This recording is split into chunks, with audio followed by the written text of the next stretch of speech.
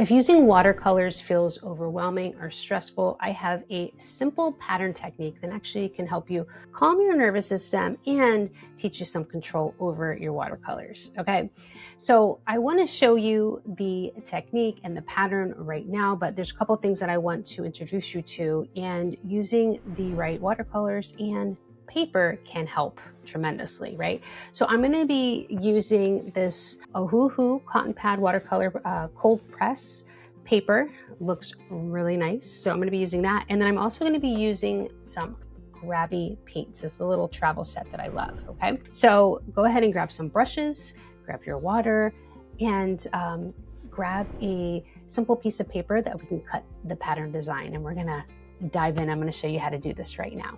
Okay. I'm going to be teaching you how to make an arches pattern design. It's really satisfying. I think you're going to love it. All right, so here are my materials. We have the cotton top watercolor pad. I have another piece of watercolor that I'm actually going to be cutting to use my pattern. I like the watercolor pens because I get more control over the watercolor, and my grabby markers and a pencil and a pair of scissors. I think we're set, so I'm going to go ahead and open this. I'm going to go ahead and take it out. I'm going to use some painter's tape. So what I'm going to do is I'm going to grab something that is oval shape, because we're actually going to be making some arches on the paper to create our design. So I'm going to go ahead and grab something that is oval shaped. So basically what we're going to be doing is we want an arch, so I'm going to start straight. And I'm going to go all the way around and straight. So I can clean this up a little bit. Okay, and then from here, I'm just going to use my scissors and cut out. All right, so now I have my arch shape, and I'm going to place it at the corner of my paper, and I'm going to trace it. And then I'm going to give a little space here as well. I'm going to move over, and I'm going to give it a little bit of breathing room. I'm going to continue with my arches, just trying to get it centered.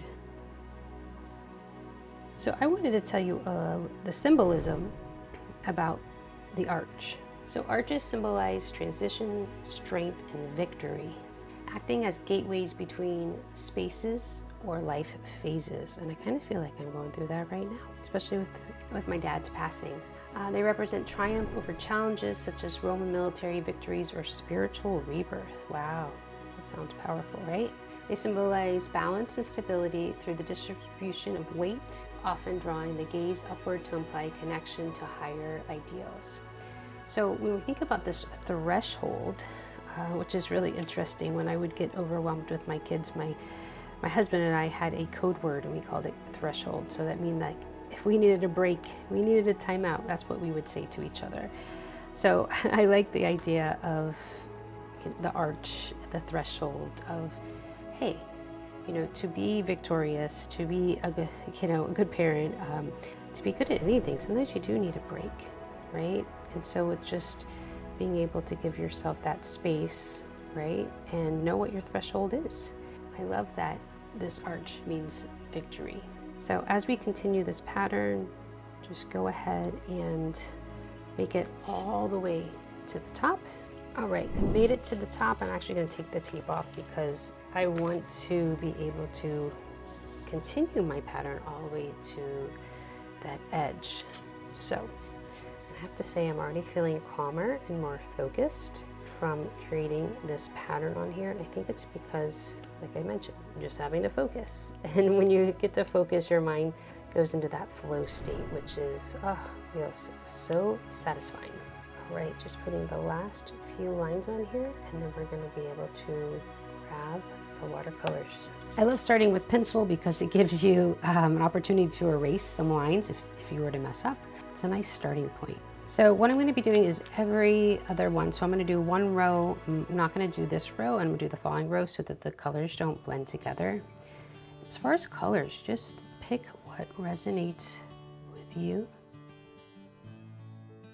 You can use one color. You can grab another color as well.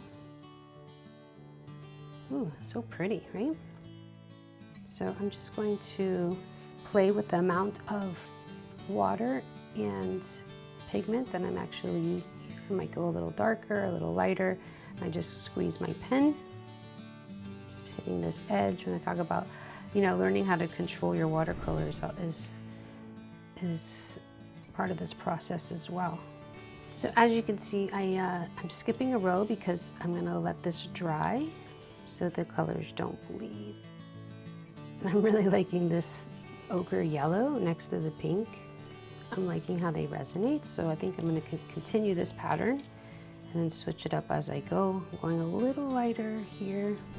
All right, and so I am continuing to add the color, and I'm really just liking these two colors, so that's why I'm repeating them. I think the next row, I'm gonna start to transition, see what it is, see what happens. If I mess up a little bit, it's totally okay, because I'm gonna be putting paint there as well.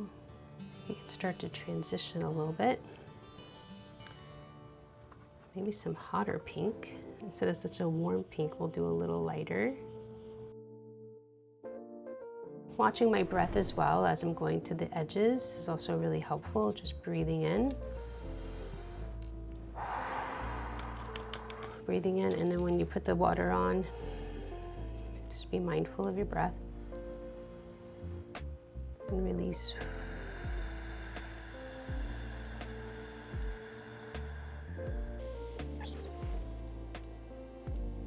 Okay, look at that. So it's gonna get a little brighter as we go up, and I'm gonna continue that process. So I am using a blow dryer to go ahead and blow dry this layer so that I can go ahead and start with the next one. So dry this off, and then we'll dive into the next. All right, so this is dry, and I'm gonna go ahead and add the next layer. I'm actually gonna be using this little cute book called A Dictionary of Color Combinations, which was used to create kimonos. It's a Japanese book, and all it is of color combinations. Look how cool. It's just what is harmonious, right? What colors look good together? So this is a book of harmony, right? Looking at like what looks good. So I found these two colors, that yellow and pink, and I'm like, what could be that middle part? And I did find it, and it has this green, and I like that harmony. Feeling it. So I am going to use this kind of olive green color. Yeah. So this is just a cool book. Just wanted to show you. Sometimes it's fun to find out what colors look good together. So let's dive in. Now, looking at my palette here, I might need to add a little bit of yellow to my greens because the greens are looking a little dark. So it's okay to make your own colors, right? So I'm gonna make a lot of it because I have a really big part to do, and I might, you know, pop it with this lighter color green too. All right, let's see how this works. So I'm gonna start at the bottom and move up. Oh yes, I like it. So again, I can add more water towards the bottom to lighten it up. And then if I want to go a little darker, I'll just go straight into that darker green.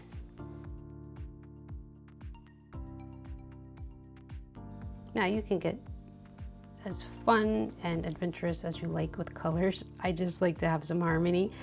And that's why I like picking colors intentionally, what feels good to the eye.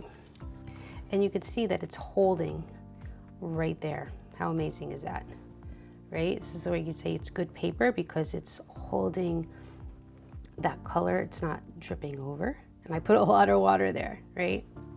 All right, so I'm gonna keep moving this up and show you as I go. All right, so I did add some light green here, and I just feel like I wanna add some blue now. So I'm switching it up.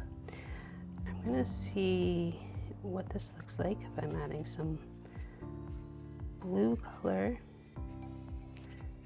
I'm liking it.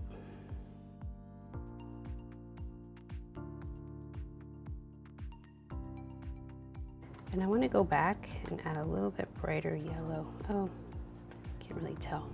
All right, so now I'm just using my intuition and adding some more color just to kind of make that yellow just not as bright, but just adding a little cream. Again, just play, have fun, think about like what's working, what's not working, what you want to add to it. And I'm going to just keep adding some layers to mine. And I think I'm going to go a little darker with this next layer at the bottom here, towards this bottom. So I'm going to kind of come back in here, get some darker green.